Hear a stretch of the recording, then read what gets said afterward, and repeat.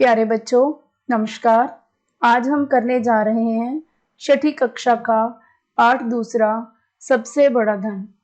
तो सबसे पहले पाठ के बारे में देख लेते हैं। बहुत समय पहले की बात है कि मुक्तसर आश्रम में कपिल मुनि रहते थे। मुनि का नाम क्या था? कपिल मुनि। आश्रम कौन सा? मुक्तसर आश्रम। एक दिन मुनि के पास राहुल नामक एक गरीब आदमी आया। राहुल कैसा आदमी था? गरीब आदमी।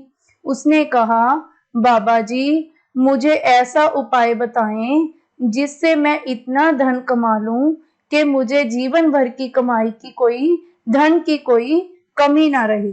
तो बच्चों, जो राहुल था वो कपिल मुनि के पास धन कमाने का तरीका जानने के लिए गया, उपाय पूछने के लिए गया। मुनि ने पूछा, क्या तुम्हारे पास बिल्कुल ही धन नहीं है? उसने कहा, मेरे पास एक भी पैसा नहीं है। तो प्यारे बच्चों, जब राहुल ने कहा कि मेरे पास सचमुच ही कुछ नहीं है, तो कपिल मुनि बोले, यदि तू अपनी दोनों आंखें मुझे दे दे तो मैं तुम्हें 1 लाख रुपए दूंगा। राहुल बोला कि फिर मैं देखूंगा कैसे, इसलिए मैं आंखें तो नहीं दे सकता।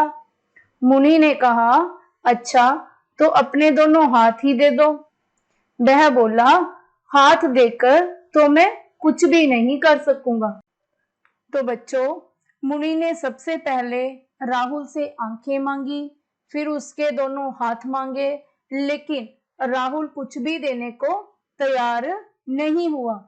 फिर मुनि ने राहुल से उसके पैर मांगे, तो उसने कहा, मैं चल फिर नहीं सकूंगा। मुनि ने क्रोध में कहा, यदि तुम कुछ दे नहीं सकते तो मैं धन कैसे दे सकता हूं? अगर तुम्हें धन चाहिए तो तुम्हें कुछ तो देना ही पड़ेगा ना।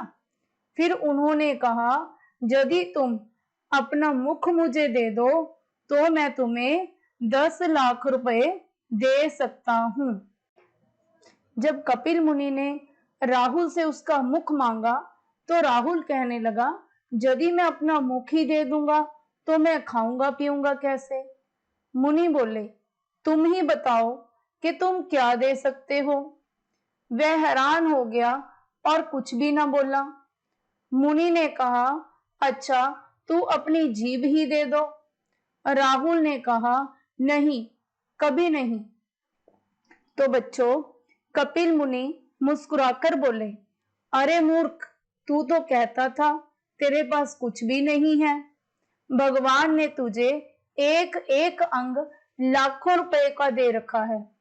स्वस्थ शरीर ही सबसे बड़ा धन है। इससे मेहनत कर और कमा कर खा।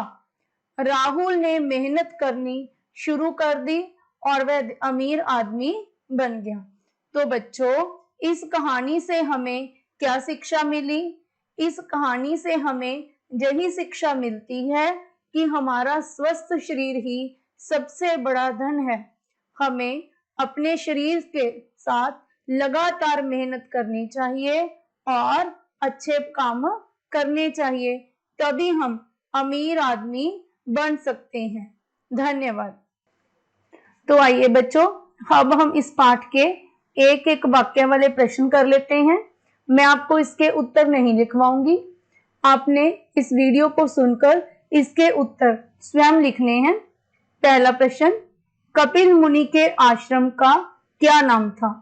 सबसे पहले हमने यही पढ़ा था कि कपिल मुनि नामक ऋषि एक मुक्तसर आश्रम में रहते थे, तो कपिल मुनि के आश्रम का नाम मुक्तसर था। सेकंड प्रश्न देखिए, राहुल कैसा आदमी था? हमने इस पाठ के सार में पढ़ा कि एक दिन मुनि के पास राहुल नामक गरीब आदमी आया, तो इसका उत्तर क्या बनेगा? राहुल गरीब आदमी था। तीसरा प्रश्न, मुनि ने राहुल से सबसे पहले क्या मांगा? मुनि ने राहुल से सबसे पहले क्या मांगा था? उसकी आंखें मांगी थी। लास्ट प्रश्न देखते हैं, कपिल मुनि ने राहुल से 10 लाख रुपए के बदले में क्या मांगा? क्या मांगा था बच्चों? सबसे अंत में सबसे ज्यादा रुपयों के बदले में कपिल मुनि ने राहुल से 10 लाख रुपए के बदले में उसका मुख मांगा। तो आइए बच्चों, अब इस पाठ के बड़े प्रश्न देख लेते हैं। पहला प्रश्न, कपिल मुनि द्वारा राहुल से दोनों आंखें मांगने पर राहुल ने क्या जवाब दिया? उत्तर, कपिल मुनि द्वारा राहुल से दोनों आंखें मांगने पर राहुल ने मना करते हुए कहा कि आंखें दे दूंगा तो फिर मैं देखूंगा कैसे? नहीं, आंखें तो मैं नहीं दे सकता। दूसरा प्रश्न है, मुनि द्वारा दोनों हाथ मांगने पर राहुल सोच में क्यों पड़ गया? उत्तर, मुनि द्वारा राहुल से उसके दोनों हाथ मांगने पर वह इसलिए सोच में पड़ गया कि हाथ देखकर तो वह कुछ भी नहीं कर सकेगा। अगर हाथ दे देगा तो फिर काम कैसे करेगा? तो बच्चों, हमारा नेक्स्ट प्रश्न है, जब मुनि ने राहुल से उसके दोनों पैर मांगे तो राहुल क्यों घबरा गया?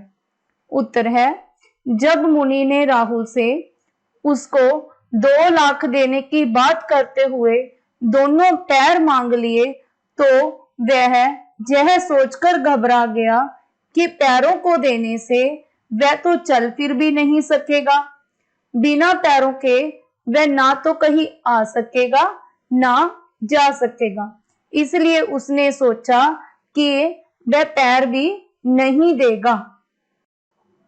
तो बच्चों, हमारा चौथा प्रश्न है, मुनि द्वारा 10 लाख रुपए का लालच देने पर भी राहुल ने अपना मुख उन्हें क्यों नहीं दिया? उत्तर, मुनि द्वारा मुख का 10 लाख दिए जाने पर भी राहुल ने मना करते हुए कहा कि हे मुनिराज, यदि मैं आपको अपना मुख ही दे दूंगा तो मैं खाऊंगा कैसे, पीऊंगा कैसे, खाए पिए बिना मैं जीवित कैसे रहूंगा, किसी से बात कैसे करूंगा? तो बच्चों, हमारा अगला प्रश्न है, मुनि ने सबसे बड़ा धन किसे कहा? यह इस पाठ का बहुत ही महत्वपूर्ण प्रश्न है। यही इस पाठ का सार है। इस क्या शिक्षा मिली, इसी प्रश्न में हम इसका उत्तर लिखेंगे। उत्तर, मुनि ने राहुल को समझाते हुए कहा कि स्वस्थ शरीर ही सबसे बड़ा धन है। यही बताया था बच्चों मैंने। इस पाठ से हमें क्या शिक्षा मिली कि स्वस्थ शरीर ही सबसे बड़ा धन है। इस शरीर से मेहनत कर और कमाकर खा, इससे ही तुम्हें जीवन भर सुख मिलेगा। हमारा अगला प्रश्न है, कपिल मुनि द्वारा दी गई सीख से राहुल के जीवन पर क्या असर पड़ा? उत्तर, कपिल मुनि द्वारा दी गई सीख से राहुल शरीर का महत्व समझ गया और उसने मेहनत करनी शुरू कर दी, जिससे वह देखते ही देखते अमीर बन गया। तो बच्चों, मुझे उम्मीद है कि आपको मेरा जो करवाया हुआ पाठ समझ में आया होगा। तो मैं आपसे आशा करती हूँ कि आप उसे ध्यान से सुनेंगे। अगर आपको एक बार में समझ नहीं आया तो इसे 2 बार सुने और प्रश्नों को लिखने का अभ्यास करें। धन्यवाद।